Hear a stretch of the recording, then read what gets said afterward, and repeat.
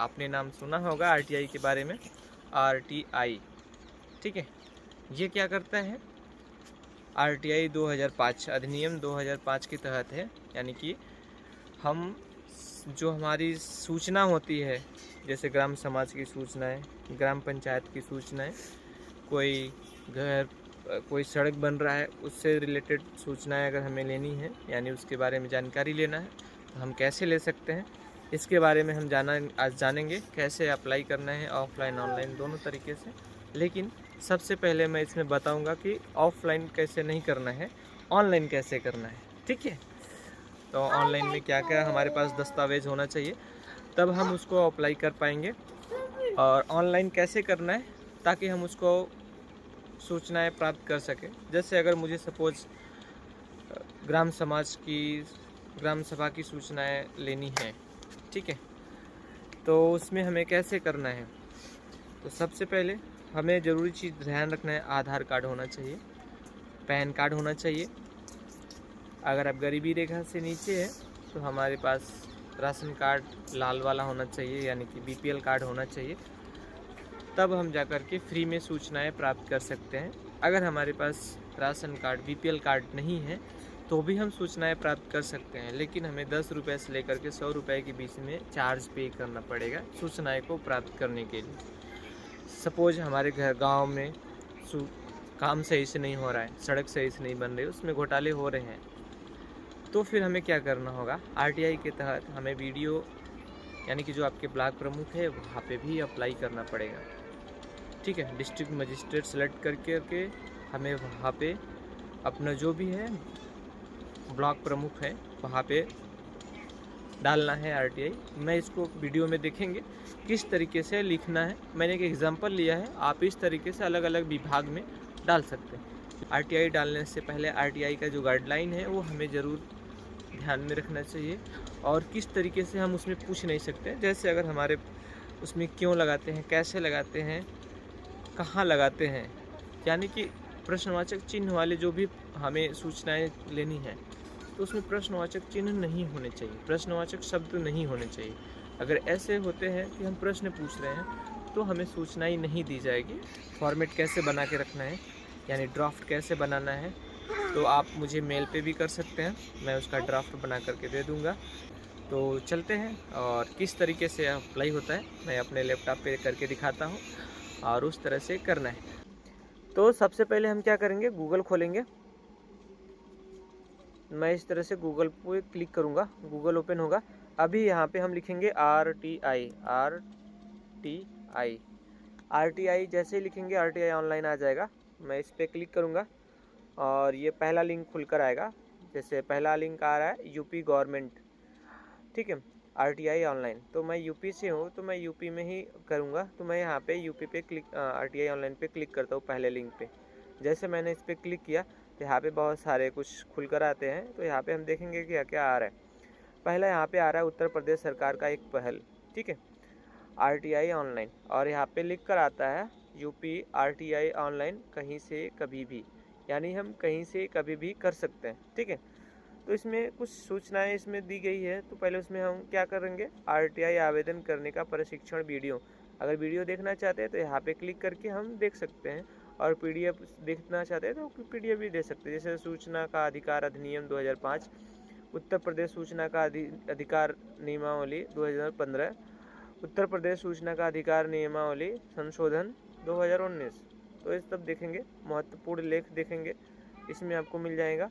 Portal का उद्देश्य क्या है ये भी हम पढ़ लेंगे पहले, सहायता पटल क्या है वो भी हम पढ़ लेंगे, उद्घोषणा क्या है ये भी हम पढ़ लेंगे।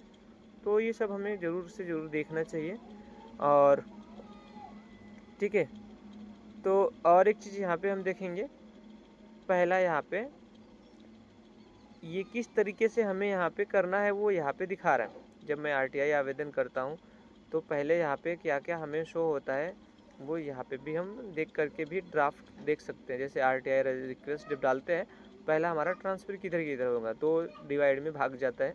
पहला हमारा रिप्लाई आएगा, दूसरा आएगा नॉट रिप्लाई।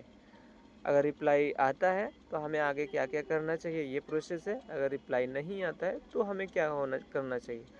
अगर ट्रांसफ़र होता है तो उस कंडीशन में रिप्लाई आता है नहीं आता है, उस कंडीशन में हमें क्या करना चाहिए ये हम देखेंगे। यहाँ पे पूरा दिया हुआ है, ये स्क्रीनशॉट लेकर के रख सकते हैं, आप इसको अच्छे से देख सकते हैं बाद में, ठीक है। तो अभी ये चीज़ें हमने देख लिया, और यहाँ पे हिंदी करके दिखा रहा है सब। हिंदी में अगर मैं चलाऊँगा तो ये सही से वर्क नहीं करता है, तो इसलिए मैं यहाँ पे इंग्लिश सेलेक्ट करूँगा। तो मैं यहाँ पे इंग्लिश सेलेक्ट करता हूँ, जो भी यहाँ पे सारा इन्फॉर्मेशन है सब इंग्लिश में कन्वर्ट हो जाएगा, ठीक है। तो पहले यहाँ पे देखेंगे क्या दिखा रहा है, होम आ रहा है, यूज़र लॉगिन आ रहा है, तो मैं यहाँ पे लॉगिन पे क्लिक करूँगा। जैसे ही मैं लॉगिन पे क्लिक करता हूँ, तो अगर आपका पहले से रजिस्ट्रेशन हुआ है तो यहाँ पे हम लॉगिन आईडी डालेंगे, अपना पासवर्ड डाल करके कैप्चा भर करके गेट ओटीपी पे करेंगे, ओटीपी कंफर्म कर करके हम कर सकते हैं। लेकिन अगर हमारे पास यहाँ पे रजिस्ट्रेशन नहीं है तो यहाँ पे क्लिक हेयर फॉर रजिस्ट्रेशन, यहाँ पे एक लिंक दिया हुआ है, इस पर क्लिक करके और यहाँ पे सारा फॉर्म खुल जाएगा आपको, और यहाँ पे हम अपना यहाँ पे फॉर्म खुल जाता है। तो एक एक करके यहाँ पे हम सारे फॉर्म जो फॉर्म में लिखा हुआ है वो हम भर सकते हैं। जैसे एप्लीकेशन नेम में gender, address, pin code, district, state, ठीक है, स्टेट हो गया, मोबाइल नंबर हो गया, ईमेल आईडी हो गया, एजुकेशन स्टेटस आप यहाँ पे डाल सकते हैं। अगर लिटरेट है तो यानी आप एजुकेशन का जो है यहाँ पे कितने तक पढ़े लिखे हैं, 12 पास है या ग्रेजुएट है या उसके ऊपर है, यहाँ पे डाल सकते हैं। और यहाँ पे पासवर्ड करना है, फिर ये कैप्चा जो दिया यहाँ पे भरना है, भरने के बाद आपको यहाँ पे सबमिट कर देना है। सेंड ओटीपी पे क्लिक करेंगे, आपका रजिस्ट्रेशन नंबर जो डाला हुआ है उस नंबर पर ओटीपी आएगा, ओटीपी डाल करके सबमिट कर देना। उसके बाद आपका यहाँ पर रजिस्ट्रेशन हो जाएगा, आपके नंबर पे ही रहेगा। आपका यहाँ पे मोबाइल नंबर जो डालना है, आपने पहले से जो रजिस्ट्रेशन किया हुआ है, यहाँ पे अपना मोबाइल नंबर डालना है। तो मैं यहाँ पे मोबाइल नंबर पहले डालता हूँ, पे पासवर्ड मांगेगा, मैं यहाँ पे पासवर्ड दे देता हूँ।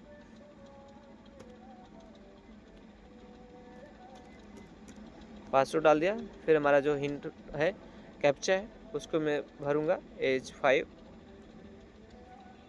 NMIB। फिर मैं यहाँ पे गेट ओटीपी पे क्लिक करूँगा, सक्सेस होगा, यहाँ पे क्लिक करेंगे और मेरे नंबर पे एक ओटीपी आएगा, और ओटीपी को मैं यहाँ पे देख लेता हूँ क्या ओटीपी आया है, 5529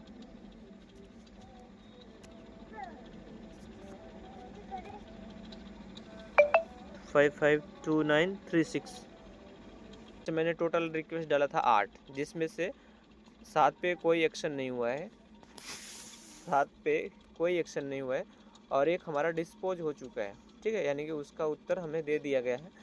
लेकिन ये जो उत्तर दिया गया है दोस्तों, मैं बताना चाहूँगा कि ये उत्तर जो है सही नहीं है। फिर भी मैंने पैसे ही डाला था कि देखने के लिए, और टोटल मैंने कितने 7 को फर्स्ट अपील में रखा है, और जिसमें से एक अपील मेरा जो फर्स्ट अपील है उसको भी हमारा डिस्पोज कर दिया गया है, ठीक है। तो डिस्पोज ये भी किया गया, लेकिन इसमें भी कोई उत्तर नहीं दिया गया है। सेम वही चीज़ें यहाँ पे है, वही यहाँ पे मैंने डाल के रखा है। तो इस तरह से हम कर सकते हैं, और स्टेटस जो भी रहेगा यहाँ पे हमें दिखते रहेगा।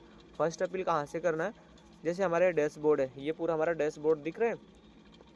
उसके बाद अगर हमें रिक्वेस्ट भेजनी है, यानी हमें पहला हमें आवेदन करना होगा, यानी RTI करना है, तो हमें सबमिट रिक्वेस्ट पे क्लिक करना है, और ये हमारा यहाँ पे ये हमें रीड करना होगा पूरा जो हमारा गाइडलाइन है, ठीक है।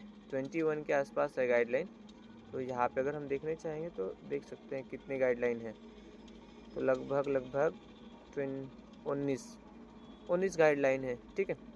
यहाँ पे हम पढ़ेंगे, और इसको मैं सेलेक्ट करूँगा कि हमने सब कुछ अच्छे से पढ़ लिया, फिर सबमिट करेंगे और आगे बढ़ जाएंगे। जैसे ही मैं आगे बढ़ूँगा, और यहाँ पे RTI का जो दूसरा पेज है आगे का नेक्स्ट, ये खुल जाएगा, और यहाँ पे सारा हमें सेलेक्ट करना है किसको RTI लगाना है, यानी हमें आवेदन किससे सूचना लेना है, किससे जानकारी लेना है RTI के तहत। तो हम यहाँ पे डिपार्टमेंट सेलेक्ट करेंगे, जैसे हमारा पहला है सिक्रेटेंट करके दिया हुआ है, और सपोज हम यहाँ पे पहले को सिलेक्ट करता हूँ, ठीक है। अब दूसरा सेलेक्ट जो हमारा यहाँ पे सेलेक्ट डिपार्टमेंट पब्लिक अथॉरिटी, तो मैं इस पर क्लिक करूँगा, और यहाँ से ये हम अपना पब्लिक अथॉरिटी को सिलेक्ट करेंगे। इस तरह से हम सेलेक्ट कर सकते हैं।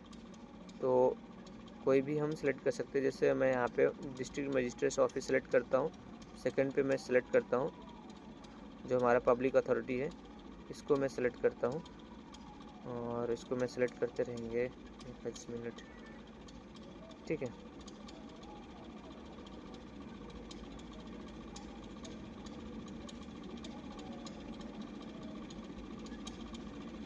मैं यहाँ पे कोई भी एक चीज़ सेलेक्ट कर सकता हूँ, कोई भी। जैसे मैं यहाँ पे डिस्ट्रिक्ट मजिस्ट्रेट अयोध्या पे सिलेक्ट करता हूँ, पब्लिक इन्फॉर्मेशन ऑफिसर पे क्लिक करेंगे और यहाँ पे किस तरीके का जानकारी लेना चाहते हैं तो यहाँ पे लेंगे, ठीक है। तो सपोज मैं यहाँ पे इनसे सेलेक्ट करता हूँ और यहाँ पे सब कुछ पहले से है। अब हमें क्या करना है, उसके बारे में हमें यहाँ पे एक PDF लगाना होगा सपोर्टिंग के लिए। तो अपना यहाँ पे कोई भी आधार, पैन कार्ड डॉक्यूमेंट या राशन कार्ड से रिलेटेड नहीं डालना है, ठीक है। जो हमारा supporting document only PDF up to 1 MB लिखा हुआ है, इसमें हमें कुछ भी नहीं डालना है। सिर्फ दूसरा कोई डॉक्यूमेंट है जिससे रिलेटेड हम जानकारी लेना चाहते हैं तो यहाँ पे डाल सकते हैं। देन यहाँ पे टेक्स्ट लिखना है, हिंदी या इंग्लिश में लिख सकते हैं। तो कैसे लिखना है ये हमें दिखा रहा है, कितने कैरेक्टर होना चाहिए, टोटल 3000 तक ही होना चाहिए। तो आप पॉइंट में ही लिखेंगे, ठीक है। पॉइंट में लिख करके यहाँ पे सबमिट करना है तो आपका रिक्वेस्ट जनरेट हो जाएगा। जैसे जनरेट होगा और यहाँ पे हम बैक आकर के दिखाते हैं, टोटल आवेदन है आपको यहाँ पे 8 दिख जाएंगे। जो भी रहेगा आपने फर्स्ट डाला है तो पहली बार डालेंगे तो 1 दिखेगा, जितने आप डालेंगे आवेदन यहाँ पे दिखेगा, उस पर क्या क्या कार्रवाई हुए, कितने लंबित हुए, भुगतान हुए, तो यहाँ पे शो हो जाएंगे। फिर इस तरीके से हम यहाँ पे RTI डाल सकते हैं। और पहला RTI हमारा 30 दिन का होता है। 30 दिन के भीतर आवेदन अपना जो भी है वो मिल जाना चाहिए उसकी सूचनाएं। अगर नहीं मिलता है तो प्रथम अपील पे क्लिक करेंगे, यहाँ से हम प्रथम अपील, सेम वही प्रोसेस करना है। इसमें पैसा नहीं लगता है। अगर आपने पॉवर्टी नहीं दिखाया है, सपोज राशन BPL कार्ड नहीं है, तो एक ही बार लगेगा इसमें, ठीक है। यहाँ पे डालेंगे जो भी हमने यहाँ पे RTI पहले से किया हुआ है। अगर 30 दिन कंप्लीट हो गए तो यहाँ पे ऑटोमेटिक वो शो हो जाएंगे और उस जिस पे आपने डालना है उसको क्लिक करना है और नेक्स्ट कर देना है, ठीक है। नेक्स्ट करेंगे, यहाँ पे पहले से लिख के आएगा पंजीकरण अनुरोध के माध्यम से आपने इस अनुरोध के लिए पहले ही अपील दायर की है, यानी ये नहीं होगा क्योंकि हमने पहले से अपील कर रखा है। तो इस तरह से हम यहाँ पे कर लेंगे। नेक्स्ट वीडियो में हम आएंगे, देखेंगे प्रथम अपील कैसे किया जाता है। RTI तो हो गया, अब इसमें होगा क्या, 30 दिन तक हमें वेट करना है। 30 दिन तक वेट करेंगे, 30 दिन के अंदर हमें सूचनाएं मिल जानी चाहिए। 30 दिन के नहीं मिलता है तो फर्स्ट अपील करना है। फर्स्ट अपील में 15 दिन यानी टोटल 45 दिन के अंदर मिल जानी चाहिए। अगर नहीं मिलता है फर्स्ट अपील करने के बावजूद, फिर हम यहाँ पे सेकंड अपील करेंगे। सेकंड अपील जो हमारा राज्य के तहत होगा, राज्य सूचना अधिकारी के पास जाएगा, तो वहाँ से हमारा 90 दिन के अंदर कंपलसरी है, वो मिलना ही मिलना है, वो मिल जाएगा, ठीक है। तो मेरे चैनल को सब्सक्राइब कीजिए, लाइक कीजिए। तो दोस्तों ये आपने देख लिया किस तरीके से हमने वीडियो बनाया। जो भी हमारे बैकग्राउंड है वो बैकग्राउंड कैसा लग रहा है वो ज़रूर बताना। अगर बैकग्राउंड में आपको लगता है कि नहीं ठीक नहीं है, कुछ अलग होना चाहिए, तो वो भी कमेंट करके बताइए, तो उसमें मैं नेक्स्ट वीडियो में कोशिश करूँ।